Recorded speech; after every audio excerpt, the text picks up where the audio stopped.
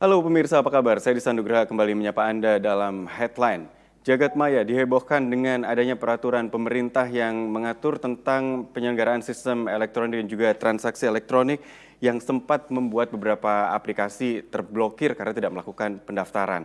Beberapa pihak menyatakan bahwa ini akan mengganggu apa yang biasa sudah dilakukan terkait dengan pembiayaan secara internasional atau mungkin juga kegiatan e-sports atau bahkan kegiatan lainnya. Membuat ini akhirnya terhambat dan akhirnya membuat beberapa aplikasi yang sudah sempat diblokir pun akhirnya dibuka kembali untuk beberapa waktu dan memberikan kesempatan dari pihak penyelenggara sistem elektronik untuk melakukan pendaftaran. Adanya aturan tentu punya maksud tujuan yang seharusnya baik untuk masyarakat terutama. Tapi di sisi lain kita melihat bahwa ternyata banyak masyarakat yang terganggu ketika beberapa aplikasi harus terblokir dan tidak ada sistem pengganti yang sudah dimiliki oleh dalam negeri atau pemerintah yang sudah mendaftarkan ke sistem atau melalui aturan PSE ini. Bagaimana kita harusnya bisa menyikapi ini mengingat era digital sudah semakin meluas dan sudah semakin menjadi bagian dari kehidupan masyarakat. Kita bahas dalam Headline selama kurang lebih 1 jam ke depan bersama saya Dista Nugraha dan saya bersama dengan narasumber-narasumber hari ini yang terhubung secara daring. Saya ingin sapa terlebih dahulu ada Bapak Pratama Dahlian Persada, Chairman Lembaga Riset Keamanan Siber dan Komunikasi CISREC. Pak Pratama, apa kabar hari ini? Baik, Mas Dista, Terima alhamdulillah. kasih sudah bergabung dengan Headline. Saya juga bersama dengan Bapak Catur Suratnoaji, pakar ilmu komunikasi UPN Veteran Jawa Timur. Pak Catur, apa kabar hari ini? Ini Mas Dita, selamat Ya, pagi untuk yang lainnya. Terima kasih. terima kasih sudah hadir juga dan terakhir ada Pak Said Sutomo, Komisioner Bidang Perlindungan Konsumen Indonesia dan juga Direktur YLPK Jawa Timur. Pak Said Sutomo, apa kabar Pak? Alhamdulillah, Pangestunipun baik-baik. Salam Alhamdulillah, baik. sejahtera. Saya ingin melihat atau mendengar pandangan secara general terlebih dahulu terhadap aturan ini ke Pak Pratama yang tentu juga mengikuti perkembangan dari peraturan pemerintah yang sebenarnya sudah ada dari tahun 2019 tapi berjalan dan akhirnya kemarin membuat kehebohan ketika akhirnya beberapa aplikasi yang banyak diakses oleh masyarakat sempat terblokir, Pak Pratama. Sebenarnya aturan dari Kemenkominfo ini terkait dengan peraturan pemerintah ini secara Sebenarnya general ingin mengatur adanya harus ada aturan dalam ruang digital, tapi di sisi lain ternyata menghambat juga. Apa yang Anda lihat dari kondisi ini? iya, gini Mas Dista, sebenarnya nggak dari tahun 2019 aturan Hmm, ini. Sejak tahun 2012 itu mhm. sudah ada aturan tentang penyelenggaraan sistem transaksi elektronik begitu. Dari 2012 Kemudian bahkan. dari 2012, Mhm, tapi karena perkembangan zaman, kemudian karena perkembangan teknologi, cyber, internet dan lain-lain, akhirnya direvisi dengan peraturan pemerintah nomor 71 mhm, tahun 2019 tentang penyelenggara sistem transaksi elektronik begitu. mhm, Dan peraturan itu diturunkan ke peraturan Kementerian Kominfo, Permen Kominfo nomor 5 tahun 2020 yang diperbarui dengan Permen Kominfo nomor 10 tahun 2021 begitu, yang sebenarnya gitu target dari peraturan ini adalah untuk kebaikan masyarakat, untuk kebaikan negara. Kenapa? mhm, Karena PSE lingkup private, pengaturan penyelenggaraan sistem elektronik lingkup private ini mhm, begitu memang diperlukan untuk mengatur gitu aplikasi-aplikasi besar yang sudah bertahun-tahun mencari uang di Indonesia, sudah bertahun-tahun membiarkan berita hoax, hate speech dan lain-lain di platformnya begitu. Sudah bertahun-tahun tidak mau diatur, itu untuk diatur begitu. mhm, Supaya apa? Supaya kita ini sebagai negara juga memiliki memiliki kekuatan lah gitu untuk mengatur platform asing yang dari luar negeri sana begitu yang masuk ke Indonesia dan ternyata dia nggak bikin kantor, nggak mau bayar pajak, mereka mhm, cuek saja ketika terjadi informasi-informasi yang mengganggu masyarakat di platformnya begitu. Nah, ini mau diatur nih dengan peraturan Kominfo nomor 5 tahun 2020. mhm, Sebenarnya bagus gitu. Tetapi yang jadi masalah adalah kita ini seperti mau kalau istilahkan perang lah mhm, dengan perusahaan-perusahaan multinasional besar tersebut begitu. Kita ini mau perang dengan mereka gitu. Nah, kalau kita mau perang sebenarnya kita ini kan harus punya senjata, harus punya amunisi, harus punya dukungan rakyat begitu, iya kan? mhm, Nah, senjatanya kita ini nggak punya nih. Kita ini belum mandiri kalau kita berbicara masalah teknologi media sosial misalkan. Kita belum mandiri kalau kita berbicara tentang teknologi email begitu. Memang kemarin beberapa kali Kominfo bilang bahwa ya kita kan udah punya chat. Ya chat itu nggak cukup gitu. Apa gantinya PayPal, apa gantinya Instagram, apa gantinya Facebook, apa gantinya Google, apa gantinya Android dan lain-lain begitu. Kita nggak siap di situ gitu. Sehingga ketika kita memberikan ancaman, mereka mesti santai-santai saja. Ya. Bayangkan ketika Kementerian Kominfo melakukan press release masalah pemblokiran PSE lingkup private ini gitu, yang mau diblokir Google, yang digunakan untuk press release apa? YouTube streaming gitu. Apa nggak Ini ketawa? ironis jadinya ya. Kan punya Google gitu, ya pasti mereka ketawa gitu, ya kan. Nah itu senjata. Yang kedua adalah amunisi. Kita ini mau denda mereka, tapi kita belum punya aturan gitu yang sudah diundangkan untuk memberikan denda kepada platform-platform penyelenggara sistem elektronik ini yang mereka berbuat salah, itu belum punya. Terus yang ketiga adalah dukungan rakyat. Loh, kita ini mau perang sama asing, harusnya kita ini didukung lah. Kita mau perang, rakyatnya memerangi kita juga gitu. Ya, Rakyatnya masalah gitu. menggunakan apa yang digunakan oleh pihak lain justru yang mau diperangi ini tadi Nah, sebenarnya. itulah makanya oleh karena itu sebenarnya ini masalah momen aja gitu. Ini masalah momen. Kenapa? Karena momennya belum tepat. Karena apa? Ketika Kominfo melakukan pengancaman dan kemarin coba-coba melakukan pemblokiran begitu, Ya. ternyata kan diprotes banyak orang gitu. Orang se-Indonesia ini protes karena itu digunakan untuk kehidupan sehari-harinya, digunakan untuk mencari uang, mencari untuk pekerjaan dan lain-lain begitu. Dan tidak diberikan solusinya. Oke. Itu yang jadi masalah. Ini kan nggak boleh. Rakyat ini kan ketika mereka beraktivitas, kemudian mereka mencari penghasilan, pekerjaan, kemudian di stop gitu, kan harus ada penggantinya. Nah itu yang sebenarnya bermasalah. Oleh karena itu ini masalah momen. Kalau mau perang boleh gitu, tapi momennya nanti kita siapin dulu semuanya begitu, sehingga nanti kita bisa powerful seperti misalkan Cina gitu, Korea Selatan gitu. Ya. Eropa gitu, kita powerful, kita maksa mereka gitu, mereka juga nggak akan berani ngelawan, karena kalau ngelawan kita tendang mereka gitu. Oke, Nah, baik, Pak kalau Pratama. kita tendang mereka selesai udah gitu. Yang ada pemerintah akhirnya diserang balik oleh justru malah masyarakat Indonesia sendiri, oleh netizen sendiri yang merasa akhirnya dapat kerepotan baru ketika aturan ini diterapkan. Saya ingin pandangan dari Pak Catur terlebih dahulu. Apakah juga sependapat dengan yang dikatakan oleh Pak Pratama? Apa plus minusnya sebenarnya dari aturan pemerintah ini yang sempat membuat heboh dan bahkan diblokir beberapa aplikasi yang cukup penting? Terima kasih Mas Dista. Jadi memang saya setuju dengan Pak Dr. Pratama bahwa sebenarnya pemerintah mempunyai tujuan yang baik ya, ingin melindungi masyarakat di dalam penggunaan platform sistem elektronik. Karena jujur aja banyak masyarakat kita yang belum teredukasi ya. Misalnya pinjol, kemudian PayPal pun juga masih ada yang tertipu, dan mungkin juga marketplace ya. Itu juga marketplace memang bagus ya, tujuannya untuk memasarkan produk-produk tertentu, tetapi juga ada pihak-pihak tertentu yang menggunakan ya platform itu untuk menipu orang lain. Dan sebenarnya pemerintah itu ingin melindungi hal ini.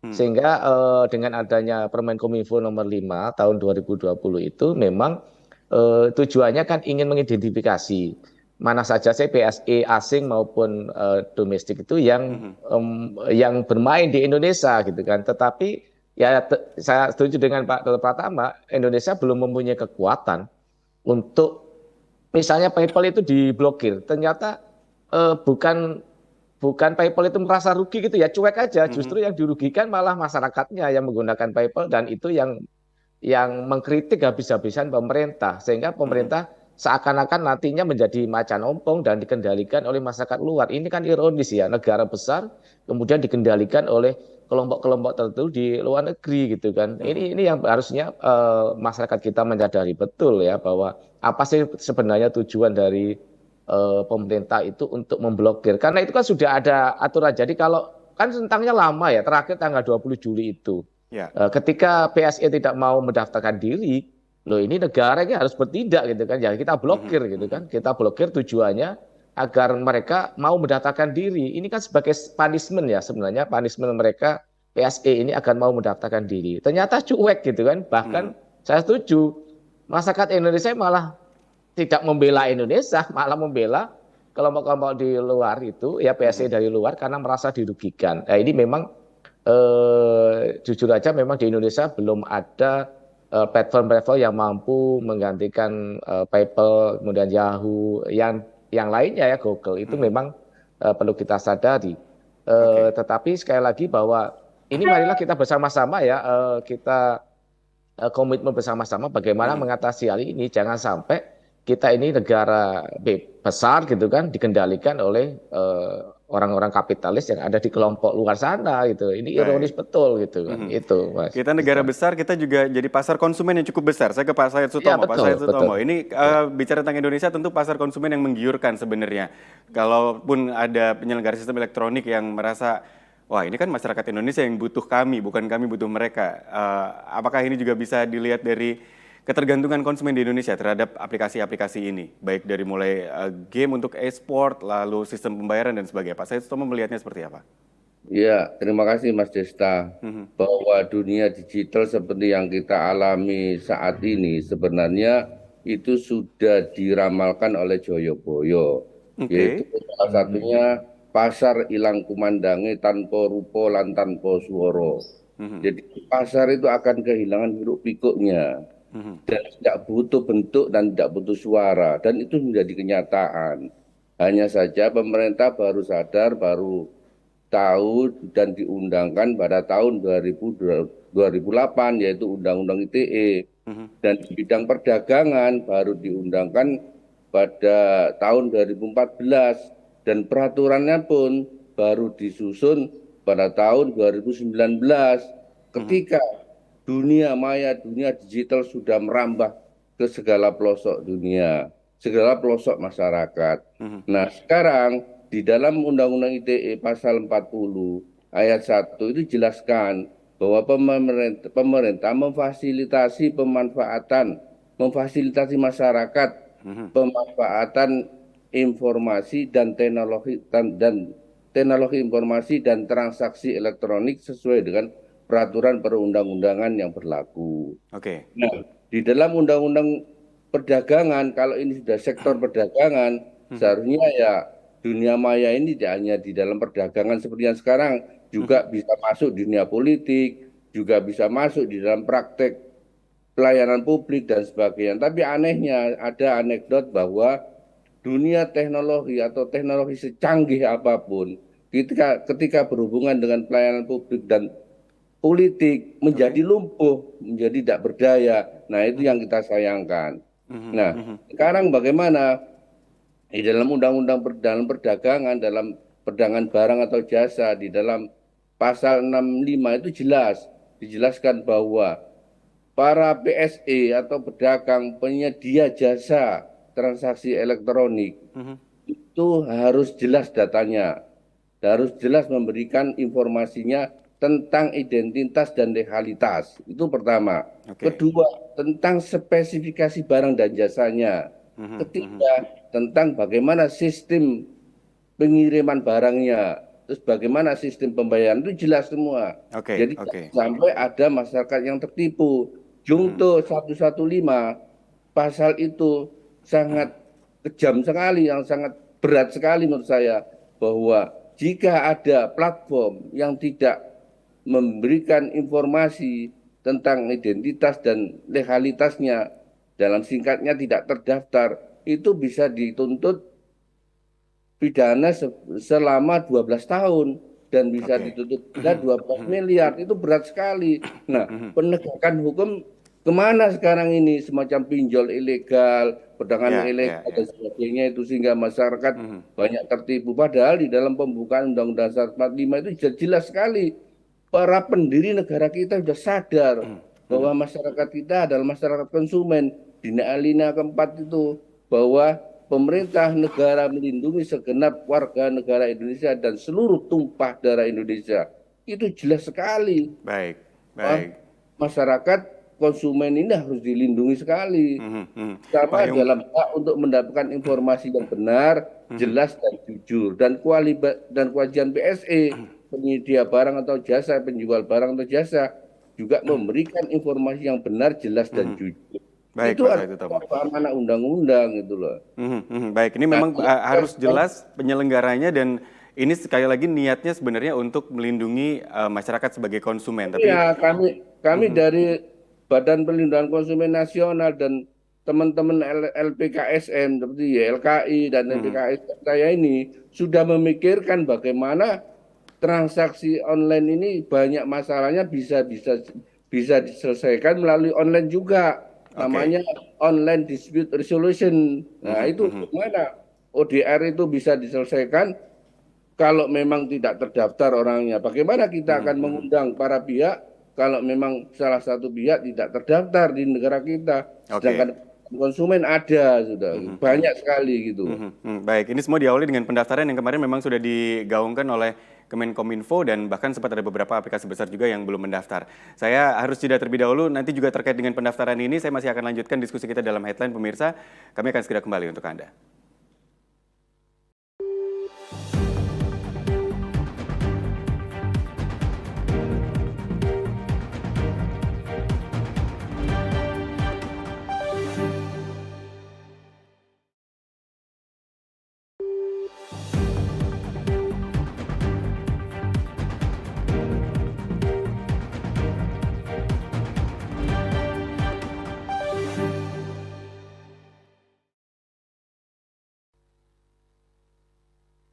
Ya, pemirsa, Anda kembali dalam headline. Sudah digaungkan aturannya, sudah diterapkan bahkan dengan punishment ketika tidak mendaftar, lalu ada pemblokiran yang sempat dilakukan oleh Kemenkominfo. Dalam diskusi di sesi yang pertama tadi dijelaskan bahwa ya sebenarnya pemerintah punya tujuan yang baik, tapi tadi juga dijelaskan bahwa momentumnya. Nah ini, saya ingin kembali ke Pak Pratama, bicara tentang momennya belum tepat karena kita belum punya infrastruktur yang mendukung ketika ada beberapa yang akhirnya tidak bisa diakses. Padahal aturan ini sudah dibahas dari 2012, bahkan tadi yang dikatakan, lalu acuan peraturan pemerintah dari tahun 2019, waktu yang cukup panjang sebenarnya, dan akhirnya ketika diterapkan masih sebegini bergejolak. Anda melihatnya sebenarnya siap atau tidak, atau siapa yang terlambat memahami dalam kondisi era digital seperti ini? Ya, inilah persoalan sebenarnya Mas. Kenapa kok kemandirian itu adalah kunci utama dari kedaulatan bangsa begitu. Ya kan? Sebenarnya kalau dari tahun 2012 kita sudah berpikir bahwa nanti akan banyak penyelenggara sistem elektronik gitu, baik dari dalam maupun dari luar negeri yang ada di Indonesia begitu.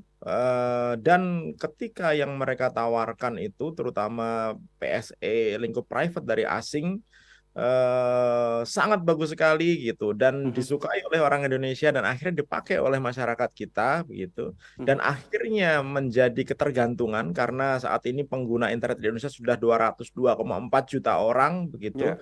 Ada 130 juta lebih pengguna Facebook, 86 juta lebih pengguna Instagram, 100 juta lebih pengguna Google dan lain-lain begitu.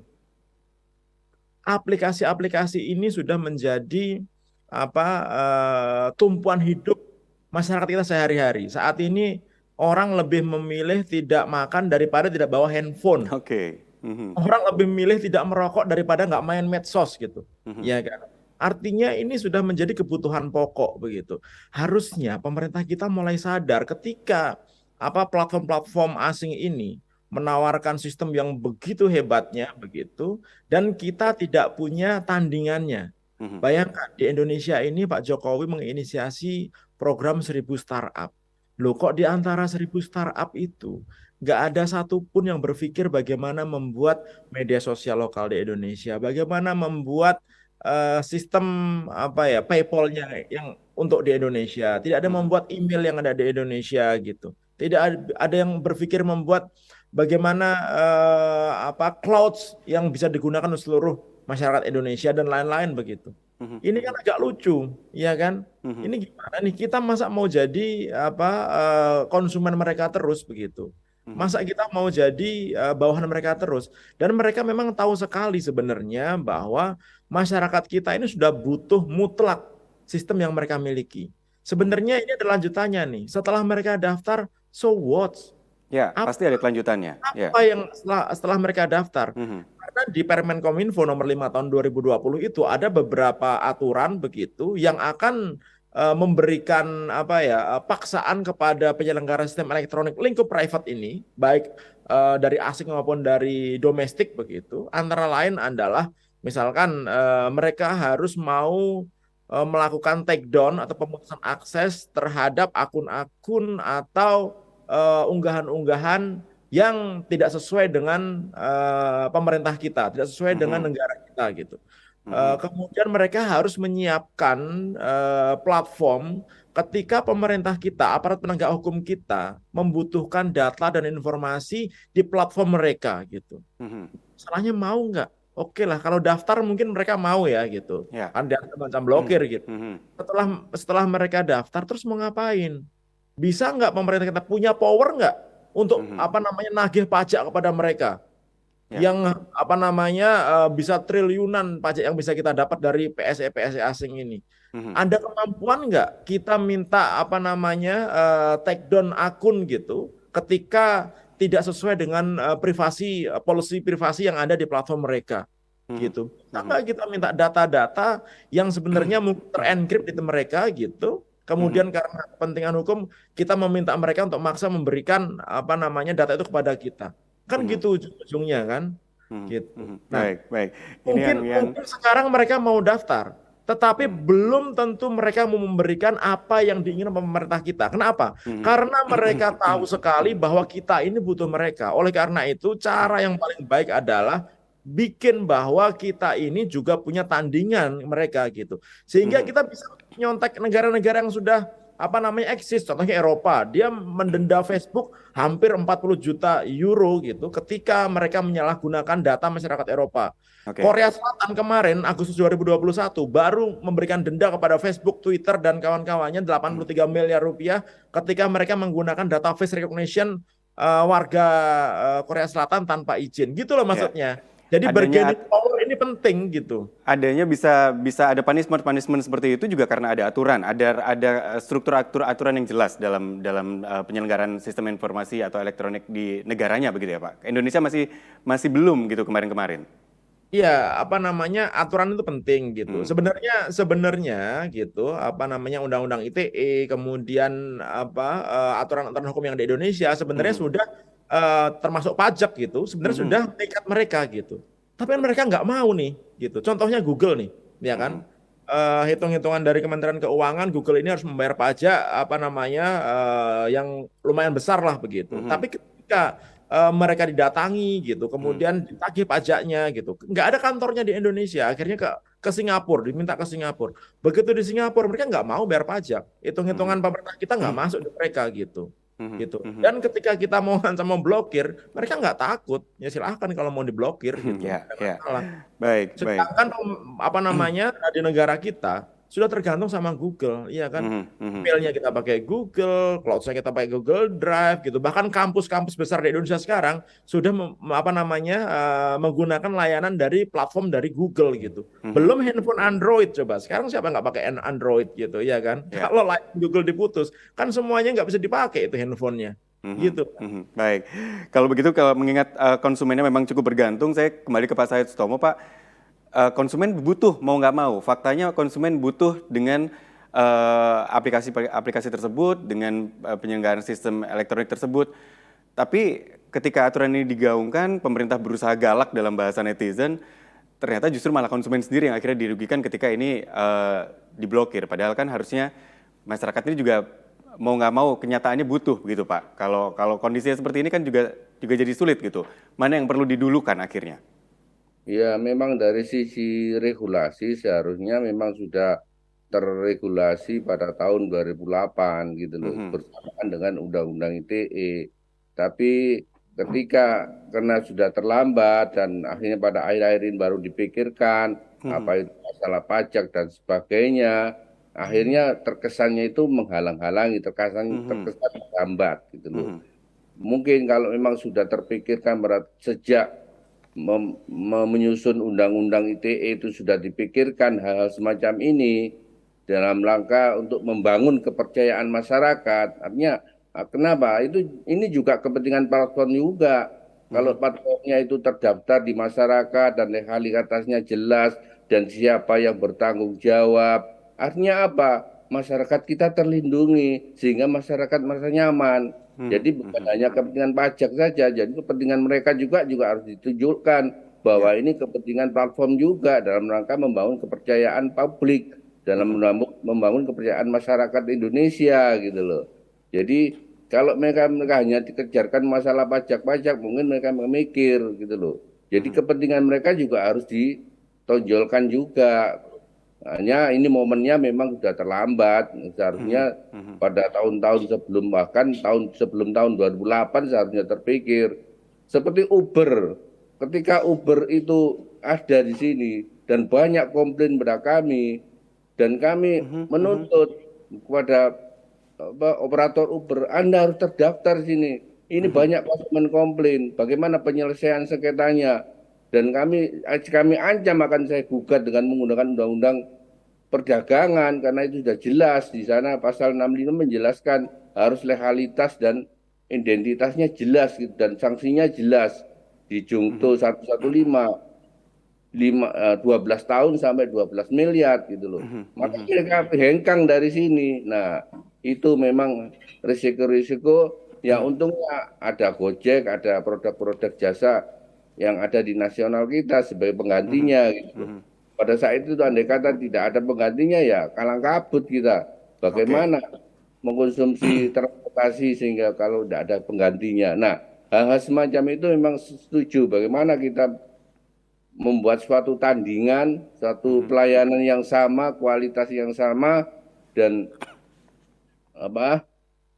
dari sisi jangkauannya juga sama, sesuai dengan Undang-Undang ITE pasal 40 ayat 1 tadi, bahwa pemerintah memfasilitasi masyarakat dalam pemanfaatan teknologi informasi dan transaksi elektronik. Nah, saya sebagai masyarakat menuntut pada pemerintah, apakah pasal 40 Undang-Undang ITE ayat 1 itu sudah dirasakan oleh masyarakat kita, ada di pelosok desa, bahkan di pelosok kepulauan? Enggak juga.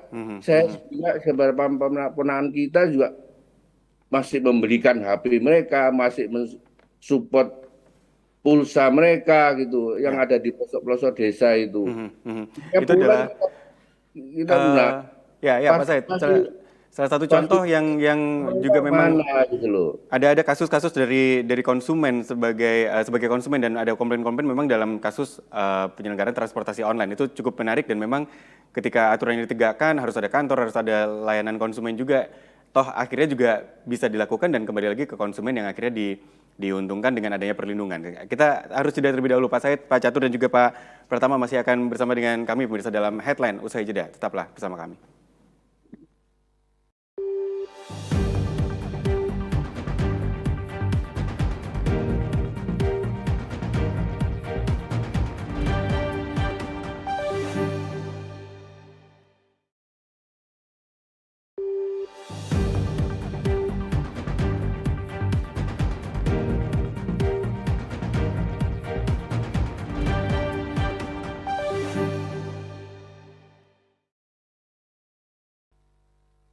Ya, proses pendaftaran untuk penyelenggara sistem elektronik ini memang sudah dilakukan dan batas waktunya juga sudah dilewati, beberapa bahkan sudah melalui tahapan pemblokiran meskipun sempat akhirnya dibuka kembali, dan kabarnya memang pihak Kemenkominfo sudah ada komunikasi dengan aplikasi-aplikasi besar yang kemarin sempat menghebohkan jagadmaya karena sempat diblokir. Saya ke Pak Catur melihat fenomena ini, Pak Catur, dari proses undang-undang ini ada atau aturan ini ada lalu diterapkan, lalu juga sempat ada punishment pemblokiran.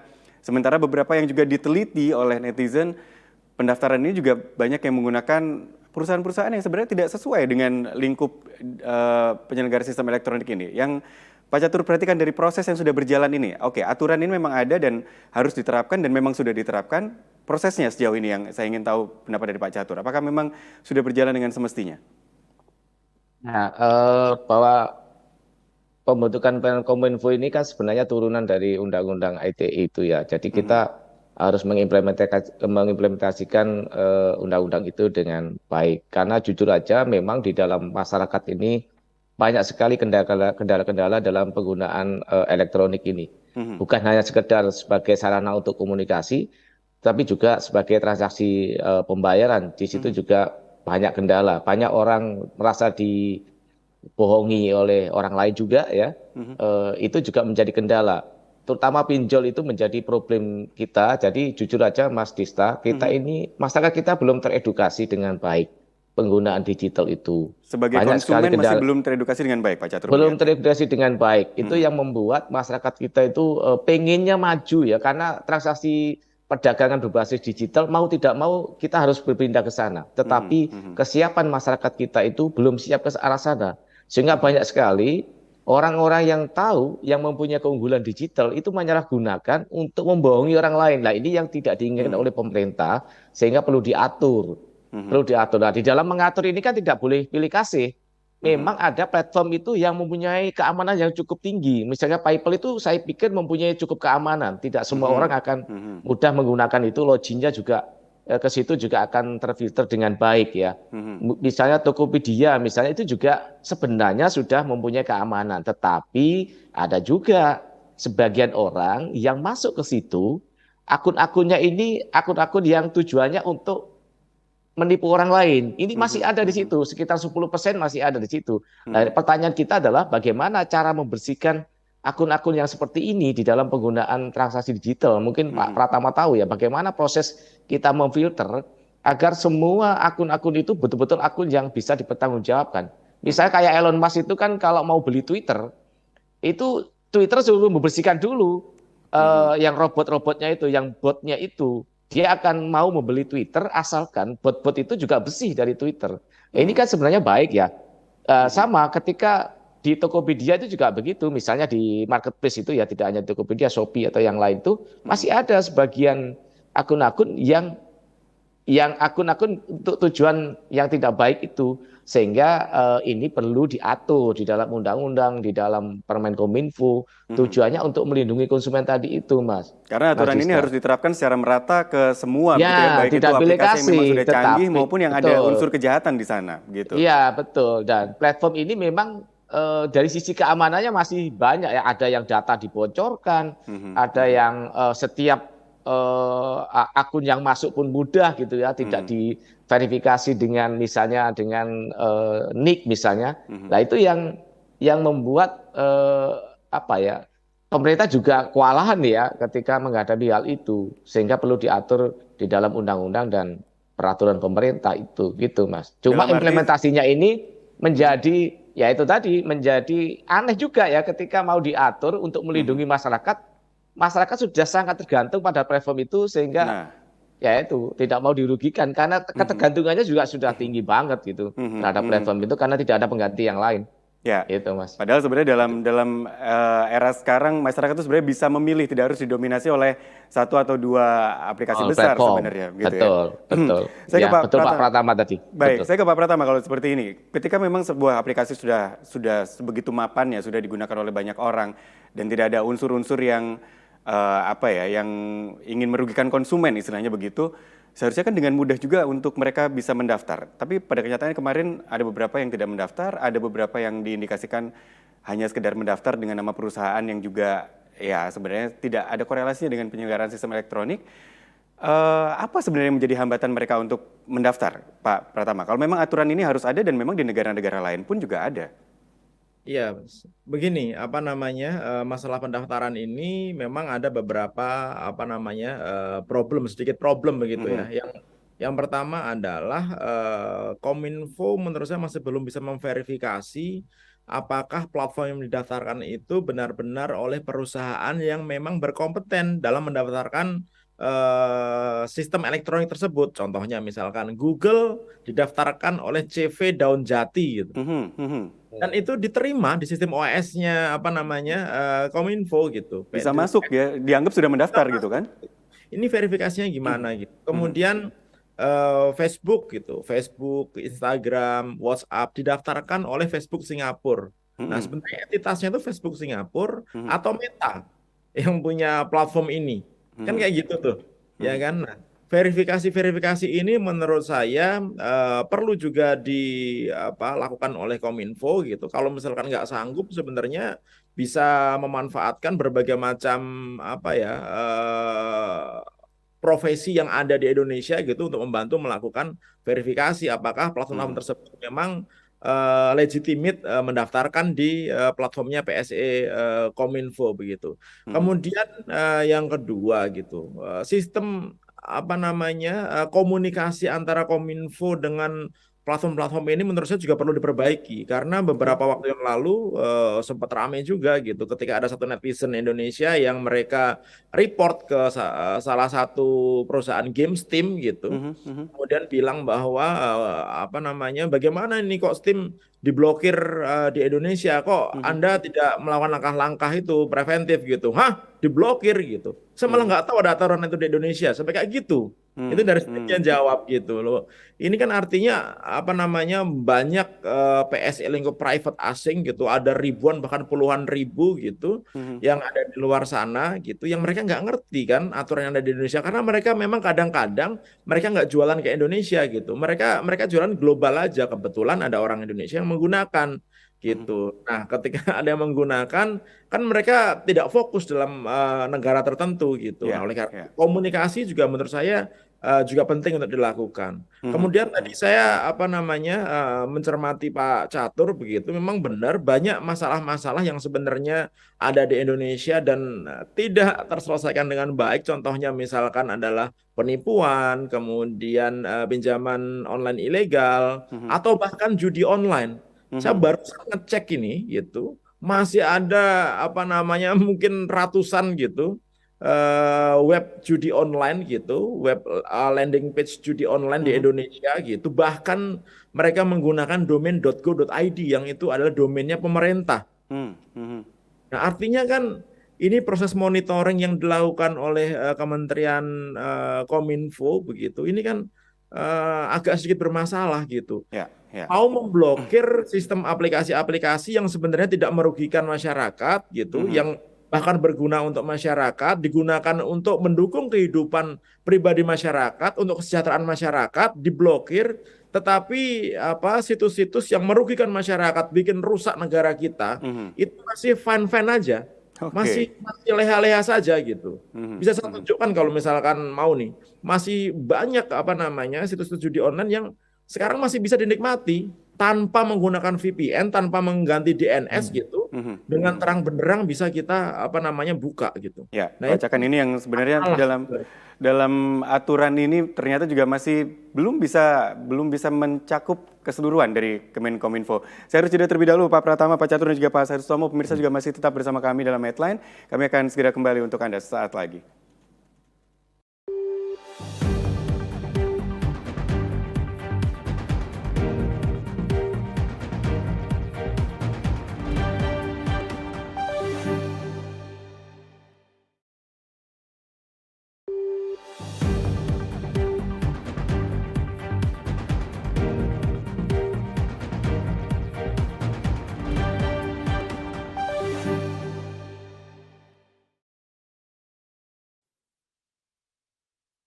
Ya, jika pemerintah menyatakan bahwa adanya aturan ini memang bertujuan baik untuk melindungi masyarakat Indonesia tentunya yang menggunakan ruang-ruang digital dalam penggunaan penyelenggara sistem elektronik dan juga transaksi elektronik.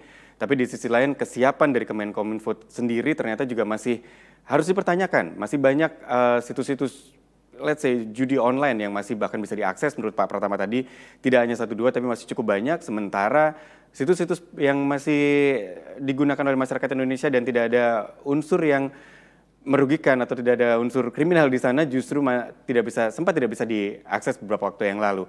Kalau bicara tentang aturan ini juga ada yang menyoroti juga tentang tadi yang juga disinggung oleh Pak Pratama bahwa konten-konten yang tidak sesuai ini harus bisa diturunkan, ini harus bisa dipertanggungjawabkan. Tapi ada beberapa pihak yang menganggap ini juga menjadi pasal karet. Saya kembali ke Pak Pratama, apakah setuju kalau dikatakan ini menjadi pasal karet karena apa yang meresahkan indikatornya nggak jelas gitu Pak dari konten-konten yang harus diturunkan tadi yang dikatakan. Bagaimana Pak Pratama? Begini, apa namanya ada beberapa pasal dan ayat dalam Permen Kominfo nomor 5 tahun 2020 ini yang menurut saya dan kita gitu banyak netizen gitu berpotensi untuk membungkam kritik masyarakat. Kenapa? Karena pasal 9 ayat 4 poin B, kemudian pasal 14 ayat 3 poin C, di pasal 36 begitu, ada poin-poin yang menyatakan bahwa akun itu bisa di take down, unggahan posting itu bisa diturunkan kalau terindikasi meresahkan masyarakat dan mengganggu ketertiban umum. Nah, ini akan menjadi pasal ambigu. Apa yang dimaksud dengan meresahkan masyarakat? Apa yang dimaksud dengan mengganggu ketertiban umum? Berdasarkan siapa? Dari sisi siapa gitu? Iya kan? Ini kan nggak jelas. Apalagi sebentar lagi tahun 2024. Pemilu besar-besaran di Indonesia gitu. Ya masa kalau ada orang mau ngeritik, kemudian dikritik nggak suka, terus dianggap meresahkan gitu, kemudian tiba-tiba di take down akunnya, tiba-tiba hilang aja akunnya. Kan nggak kayak gitu juga. Pasal seperti ini kan nggak bisa diterapkan berarti Pak Pratama sebenarnya. Kalau menurut saya nggak bisa dong. Dan ini levelnya menurut saya bukan di Permenkominfo gitu. Ini levelnya adalah di undang-undang gitu. Kalau Permenkominfo mengatur seperti ini, menurut saya terlalu besar gitu. Karena apa? Karena ini kan juga perlu diturunkan gitu. Contohnya misalkan pencemaran nama baik di Undang-Undang ITE itu kan sampai sekarang juga masih menjadi polemik gitu. Yang dimaksud apa? Masa kita ngomong berdua saja, WA-WA-an gitu, kemudian kita dilaporkan mencemarkan nama baiknya dia gitu. Loh, nggak ada orang yang tahu kok gitu. Tapi karena tidak ada aturan yang pasti, akhirnya bisa kena juga. Nah, ini nanti akan berpotensi juga sama. Apa maksudnya meresahkan masyarakat? Menurut siapa gitu? Terus mengganggu ketertiban umum itu yang bagaimana gitu? Plus di pasal 36 gitu, di situ ada perintah bahwa aparat penegak hukum di Indonesia itu berhak meminta data, informasi dan bukti transaksi begitu kepada platform gitu jika dibutuhkan untuk pengusutan kasus kriminal dan lain-lain begitu. Ada beberapa syarat memang gitu, tidak mudah, tetapi menurut saya kurang satu syarat, yaitu keputusan pengadilan gitu. Kalau enggak rawan untuk disalahgunakan.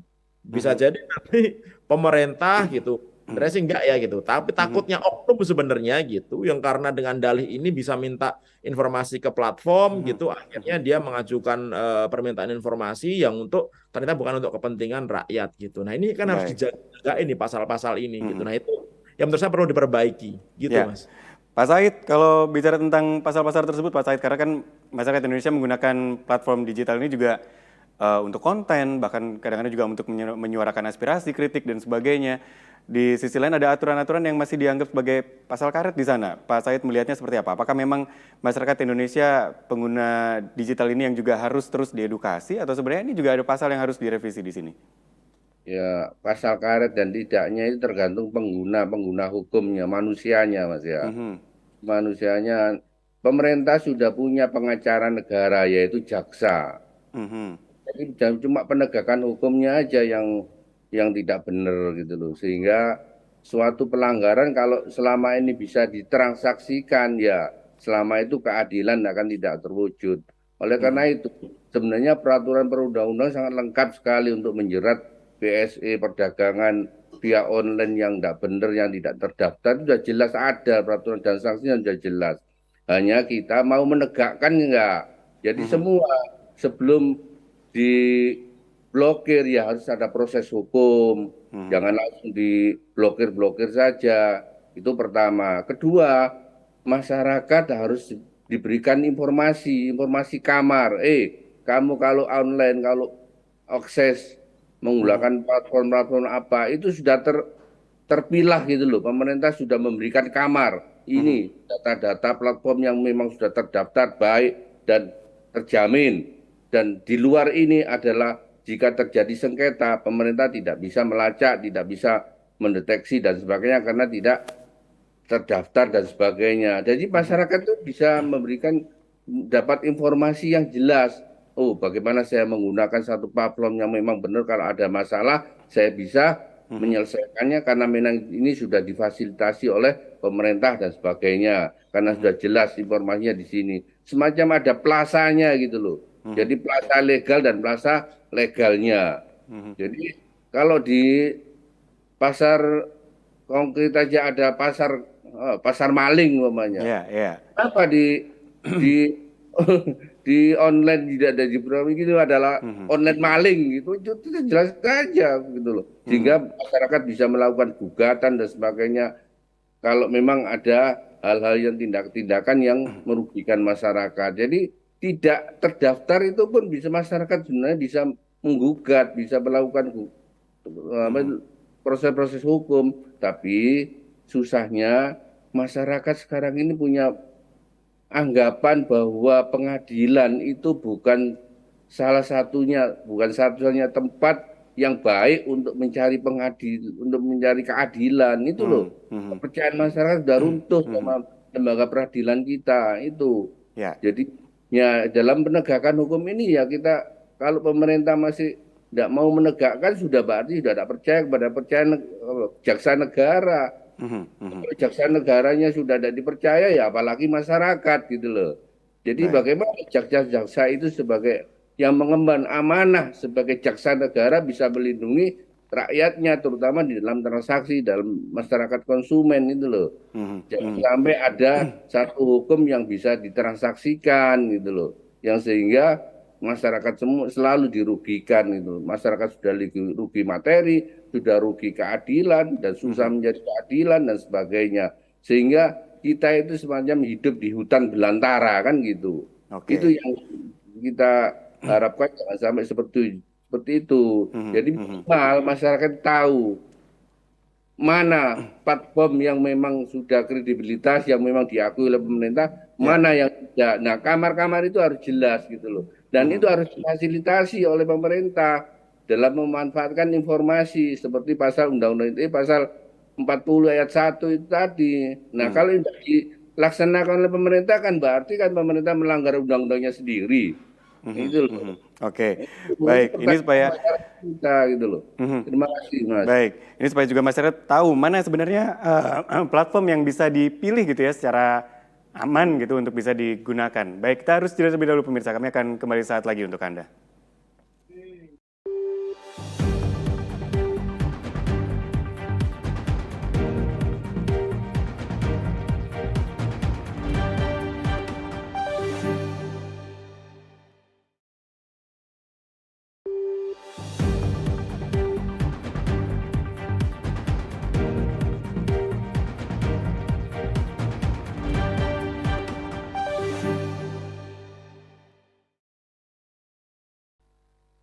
Ya, pemirsa, masyarakat Indonesia tentu tidak bisa lepas dari mengakses konten-konten digital, mengakses situs-situs yang juga mereka gunakan sehari-hari, tidak hanya untuk game, untuk sosial media, untuk surat menyurat dan sebagainya, bahkan untuk berkomunikasi sekalipun.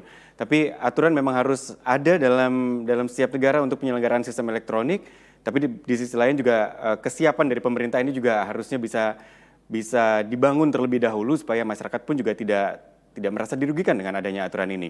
Saya ke Pak Catur. Pak Catur, masyarakat Indonesia dengan sosial media yang begitu melekat, lalu tadi juga sempat saya singgung terkait dengan pasal karet, konten-konten dari unggahan-unggahan konten ini juga harus diperhatikan karena bisa jadi akan bermasalah gitu secara hukum.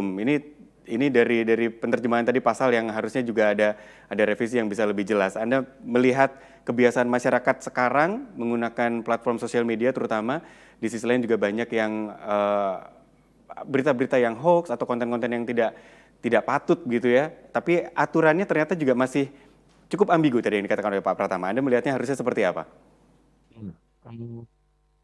Bahwa undang-undang kemudian Perkominfo itu kan mengikat warga negara Indonesia, mengikat masyarakat kita. Dan kita harus tahu bahwa platform kita itu bukan bersumber dari domestik, tetapi dari luar.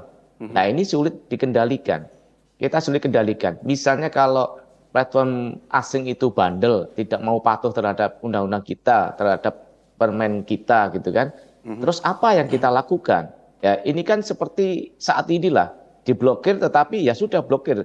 Tidak ada tindak lanjut dari PSE asing itu untuk berkomunikasi dengan pemerintah Indonesia. Justru pemerintah Indonesia yang akan mencoba untuk berkomunikasi dengan PSE asing. Nah, ini kan ini yang perlu kita tinjau kembali, apakah betul kita ini sudah siap ya kalau misalnya ingin melakukan seperti itu. Misalnya kalau sistem pembayaran internasional, kalau PayPal itu diblokir terus penggantinya apa? Seperti Pak Pratama tadi disampaikan. Nah, ini yang harus disiapkan secara matang. Kalau memang tidak bisa, saya setuju bahwa ini perlu ada waktu untuk diundur ya, untuk disiapkan secara matang sebelum kita melakukan tindakan seperti ini.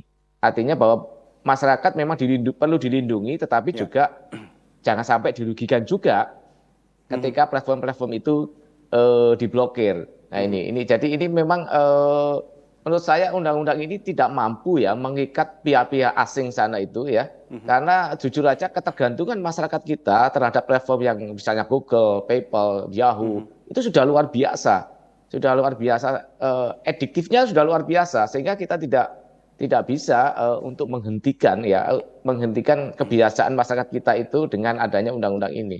Saya pikir perlu dipersiapkan secara matang dulu sebelum itu diberlakukan. Oke, saya pikir itu. Ya. What's next gitu ya? Saya ke Pak Pratama nih. What's next ketika proses pendaftaran ini sudah berlangsung? Oke, aturan PSE ini memang harusnya ada misalnya. Lalu bagaimana ketika ada yang tidak mau mendaftar sementara ini dibutuhkan oleh masyarakat Indonesia? Lalu bagaimana ketika sudah mendaftar tapi CV dan sebagainya masih nggak jelas, atau sudah mendaftar tapi ternyata itu adalah situs perjudian misalnya. What's next Pak Pratama harusnya dari Kemenkominfo? Ya, menurut saya perlu dilanjutkan ya. Ini kan tujuannya emang membuat wilayah cyber kita ini enak untuk ditinggali, enak untuk dibuat usaha, semuanya ngikutin aturan, kita hidup itu nyaman begitu. Ya, aman kan? juga begitu ya? Aman dan nyaman begitu. Nah ini kan harus ada memang harus ada kontrol dari pemerintah begitu untuk membuat dunia digital kita, dunia maya kita ini juga aman begitu kan. Kalau di dunia nyata kan ada Polri, ada TNI gitu ya, yang mereka bisa menjaga keamanan gitu. Dunia maya juga sama gitu. Perlu ada aturan-aturan begitu. Tetapi ketika kita membuat aturan-aturan ini, kembali lagi kita juga harus melihat bagaimana kondisi negara kita, bagaimana kondisi masyarakat kita begitu. Ini kan kita ini kan saat ini menjadi masyarakat yang terpaksa harus menggunakan platform dari PSE asing itu karena kita tidak memiliki platform lokal gitu. Oleh karena itu inilah yang menjadi momen menurut saya, ya udah dong bikin platform lokal gitu. Karena platform lokal itu nggak bisa kalau hanya nyuruh anak-anak gitu, anak-anak misalkan UPN Jatim gitu, pinter-pinter di UPN Jatim gitu untuk bikin aplikasi media sosial yang usernya 1.000, 2.000, 10.000. Mungkin gampang, tapi begitu usernya sudah nyampe 1 juta, 10 juta, 100 juta, udah nggak akan bisa, pasti akan collab gitu. Karena butuh infrastruktur server, kemudian jaringan, listrik dan lain-lain begitu. Nah ini butuh endorse pemerintah gitu, butuh di endorse oleh perusahaan-perusahaan yang ada di Indonesia. Harus bekerja sama. Memang ini konsepnya kerjasama gitu, kemandirian itu kerjasama gitu. Nah. Kita memiliki kemandirian itu enak sebenarnya kita gitu, mau ngapa-ngapain aja enak gitu. Jadi masalah adalah sepertinya ada orang-orang atau oknum-oknum tertentu yang membuat kita ini supaya nggak usah mandiri gitu loh, supaya kita ini selalu tergantung sama asing tersebut gitu, supaya mereka ini bisa mengkontrol kita kan gitu akhirnya gitu. Kenapa? Kok nggak ada berpikir gitu. Kita udah berkali-kali ngomong sama berbusa-busa, dipikirkan dong membuat platform-platform lokal itu gitu. Ternyata kan tidak gitu. Tapi alhamdulillah juga tadi Pak Said menyebutkan gitu, kita ada gantinya Uber gitu, kita punya Gojek gitu. Jangan ada yang lain-lain gitu. Kemudian chat juga ada beberapa chat yang bikinan lokal, tapi kan masih ada platform lain yang dipakai masyarakat kita sehari-hari gitu, yang kalau blokir atau ditutup itu bikin nangis semua orang. Contohnya misalnya TikTok. Sekarang siapa nggak pakai TikTok gitu? Dipakai untuk jualan, dipakai untuk pertemanan dan lain-lain gitu. Ini kalau diblokir gimana gitu. Nah, langkah selanjutnya adalah setelah mereka daftar gitu, harus terverifikasi. Tadi Pak Said menyebutkan juga gitu, sehingga masyarakat bisa memilih mana yang hanya terdaftar, mana yang terverifikasi dengan baik gitu. Sehingga masyarakat bisa memilih mana yang bagus buat mereka gitu. Kemudian berikutnya adalah apa yang bisa kita lakukan. Kan tadi tujuannya banyak tuh, ya kan, antara lain kita akan melakukan analisa terhadap postingan-postingan yang mengganggu masyarakat Indonesia gitu misalkan, ya karena itu kedepannya itu bagaimana, aturan itu bagaimana, apakah bisa diterapkan kepada mereka, mau nggak mereka ngikutin aturan kita gitu. Nah, sambil menunggu itu, kita siapkan ini kemandirian, lakukan pendekatan secara baik kepada platform-platform ini gitu, ya kan. Kalau kita ngancem, mereka pasti juga akan sebel sama kita gitu. Lakukan aja pendekatan baik sambil kita ngatur kekuatan begitu yang suatu saat nanti kita bisa melawan mereka gitu. Nah, kemudian juga undang-undang pelindungan data pribadi. Ini kan dalam kontrol kita nih sebenarnya nih gitu. Yang malah nggak kelar-kelar, nggak habis-habis. Sudah sampai 8 kali masa sidang itu masih deadlock sampai sekarang gitu, ya kan. Bahkan beberapa pasalnya menurut saya dilemahkan gitu sehingga takutnya nanti nggak jadi kekuatan. Nah, undang-undang perlindungan data pribadi ini yang menurut saya harus segera dipikirkan untuk diundangkan karena ini yang benar-benar melindungi masyarakat. Kenapa? Karena kalau terjadi kebocoran data, masyarakat dirugikan gitu. Kita bisa ngantemin ini PSE ini gitu. Kalau sekarang Tokopedia bocor, Bukalapak bocor, Bank Jatim bocor, kemudian BPJS Kesehatan bocor, nggak ada yang bisa kita lakukan. Sedangkan data-data itu digunakan oleh kriminal-kriminal yang ada di luar sana untuk merugikan masyarakat, penipuan, pengambil alihan akun media sosial, pengambil alihan dompet digital dan lain-lain begitu. Bahkan rekeningnya juga dikuras gara-gara kebocoran data ini. Itu yang lebih penting sebenarnya untuk lakukan gitu. Ya. Itu kasus-kasus yang ada dan masih belum bisa ditangani secara maksimal karena aturannya juga belum bisa diterapkan secara maksimal. Saya ada 1 menit terakhir ke Pak Said Sutomo. Pak Said, konsumen Indonesia, pengguna platform digital saat ini, pengguna yang mengakses penyelenggara sistem elektronik, apakah memang masih terus diedukasi dan siapa yang bertanggung jawab untuk bisa mengedukasi aturan-aturan ini, Pak Said? Ya, itu tadi saya kembali kepada Undang-Undang ITE pasal 41 tadi bahwa pemerintah memfasilitasi pemanfaatan teknologi informasi dan transaksi elektronik sesuai dengan peraturan perundang-undangan itu. Itu bagaimana mengedukasi itu. Jadi untuk melakukan itu ya tentu ada informasi bagi masyarakat ketika akan memanfaatkan informasi atau teknologi transaksi. Oh, kemana saya? Kamar mana yang bisa terverifikasi perusahaan atau platform yang memang kalau ada masalah nanti gampang dalam penyelesaiannya. Dan platform mana yang seharusnya kami jauhi yang nanti kalau ada masalah kami akan sulit untuk menyelesaikan. Artinya data pribadi saya aman kalau sini dan sebagainya. Itu perlu informasi disediakan oleh pemerintah dalam langkah awal. Nah, paling tidak kalau memang ada informasi, ada platform-platform yang tidak terdaftar, itu sebagai bukti awal bagi masyarakat untuk bisa dijadikan satu gugatan, suatu penyelesaian proses-proses hukum. Nah, pemerintah harus meng-backup masyarakat, pemerintah harus memberikan dukungan data kepada masyarakat-masyarakat yang punya etikat baik dalam menuntut atau meluruskan pada platform-platform yang tidak lurus tadi, yang punya. Kenapa? Tidak terdaftar itu bisa diindikasikan bahwa platform itu sudah tidak punya etikat baik gitu loh.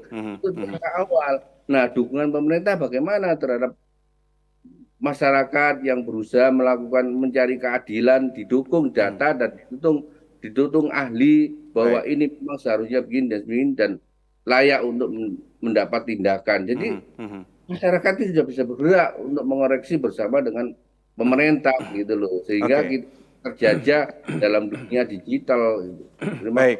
Baik, aturan memang harus ada, tapi dalam penerapannya tentu harus juga ada kesiapan dari pemerintah.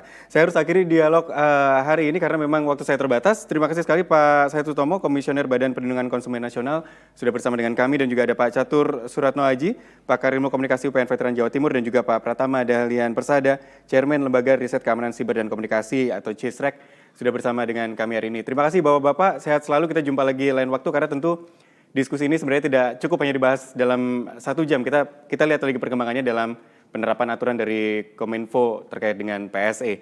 Saya harus pamit pemirsa dari Headline, kita jumpa lagi lain waktu. Saya Dista Nugraha. Wassalamualaikum warahmatullahi wabarakatuh.